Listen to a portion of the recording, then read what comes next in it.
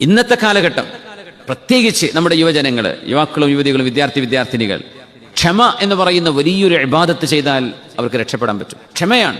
കൂട്ടുകാരികളും ചെയ്യുന്ന കോപ്രായങ്ങൾ കോപ്പിടിക്കാതിരിക്കുക. അത് അള്ളാഹുവിന് ഇഷ്ടമില്ലാത്തതാണെങ്കിൽ ചെയ്യാതിരിക്കുക. ഞാനിന്ന് സ്കൂളിൽ നിസ്കരിച്ചിരിക്കുമ്പോൾ അവിടുത്തെ സീനിയർ ക്ലാസ്സിലെ 13ാം ക്ലാസ്സിലെ ഒരു വിദ്യാർത്ഥി, ഒരു ചെക്കൻ പയ്യൻ വന്നിട്ട്, ഞാൻ പഠിപ്പിക്കുന്ന കുട്ടിയൊന്നല്ല, അറബിക് സ്പീക്കിംഗ് ആണ്. അവനോട് പറഞ്ഞു, നല്ല ഫുട്ബോൾ കളിക്കാരനാണ് സാർ, എനിക്ക് അമേരിക്കയിലേക്ക് ഒരു ചാൻസ് വന്നിട്ടുണ്ട്, അവിടുത്തെ ഫുട്ബോൾ അക്കാഡമിയിൽ ജോയിൻ ചെയ്യാൻ. ഞാൻ ചോദിച്ചു, എന്താ തീരുമാനം എന്ന് ചോദിച്ചു. ഞാൻ പോണ്ടേ, സാറിൻ്റെ അഭിപ്രായം എന്താണെന്ന് ചോദിച്ചു. അപ്പോൾ ഞാൻ പറഞ്ഞു, ഉമർ, നിന്റെ ദീൻ നഷ്ടപ്പെടുന്നൊരവസ്ഥ അവിടെ ഉണ്ടെങ്കിൽ നീ അത് ചൂസ് ചെയ്യണ്ട.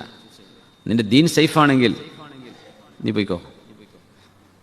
പറഞ്ഞു, എൻ്റെ ഉപ്പ അതാണ് എന്നോട് പറഞ്ഞത്. എൻ്റെ ഉപ്പ പറഞ്ഞു, മോനെ, നിന്റെ ദീൻ അത് പോയാൽ എല്ലാം പോയി, അതുണ്ടെങ്കിലേ നിനക്ക് എന്തും ഉള്ളൂ എന്നെ ഉപ്പനോട് പറയാറുണ്ട്. അപ്പോൾ ഞാനിപ്പോൾ ആ ഒരു റിക്വസ്റ്റ് ഇങ്ങനെ ഡിക്ലൈൻ ചെയ്ത് വെച്ചിരിക്കുകയാണ്. ഞാൻ തീരുമാനം എടുത്തിട്ടില്ല. എനിക്കിപ്പോൾ ഇവിടെ സമാധാനമുണ്ട്, നല്ല നിസ്കരിക്കാൻ പറ്റുന്നുണ്ട്. ഇതൊരു 13ാം ക്ലാസ് പഠിക്കുന്ന വിദ്യാർത്ഥി. നമ്മൾ ആലോചിച്ച് നോക്കി, മിക്സ്ഡ് ക്ലാസ് റൂമുകളാണ്, മിക്സ്ഡ് കൾച്ചറാണ്. പക്ഷെ ആ കുട്ടിയുടെ മനസ്സിൽ അങ്ങനെ ഒരു ഈമാനികമായ ചിന്ത ആ മോൻ്റെ മനസ്സിൽ വരിക എന്ന് പറഞ്ഞാൽ ഇത് എത്ര വലിയ നന്മയാണ്. അള്ളാഹു കുട്ടിക്കും നമുക്കൊക്കെ അള്ളാഹു ഹിദായത്ത് നിർത്തി തരട്ടെ.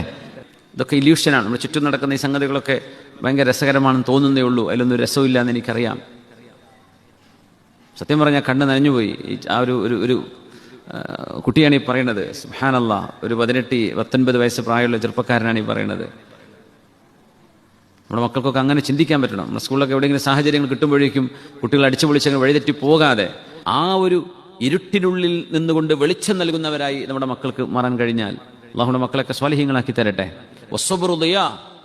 ക്ഷമ എന്നത് അതൊരു പ്രഭയാണ്.